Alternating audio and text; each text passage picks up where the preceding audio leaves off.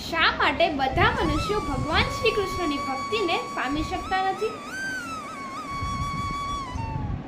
યજંતે સાત્વિકા દેવાન યક્ષ રક્ષસાસી રાજસા પ્રેતાન ભૂતગણાન ચ અન્યે યજંતે તામસા જના. શ્રીમદ ભગવદ્ ગીતા 17મો અધ્યાય શ્રદ્ધાતય વિભાગ્યો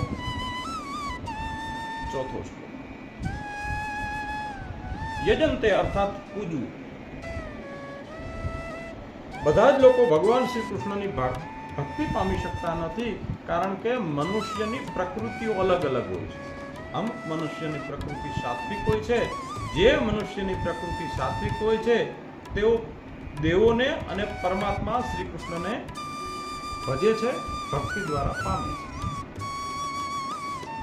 બીજા લોકોની જે બીજી પ્રકૃતિ છે તેમને રાજસી પ્રકૃતિ કહે છે.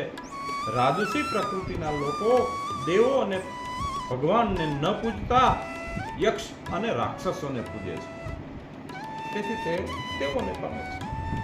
અને અમુક લોકોની પ્રકૃતિ જે ત્રીજી પ્રકૃતિ છે, જેને તામસી પ્રકૃતિ કહેવામાં આવે છે, એ લોકો દેવો અને ભગવાનને નથી પૂજતા, યક્ષ અને રાક્ષસોને નથી પૂજતા, પરંતુ ભૂત અને પ્રેતની ઉપાસના કરે છે.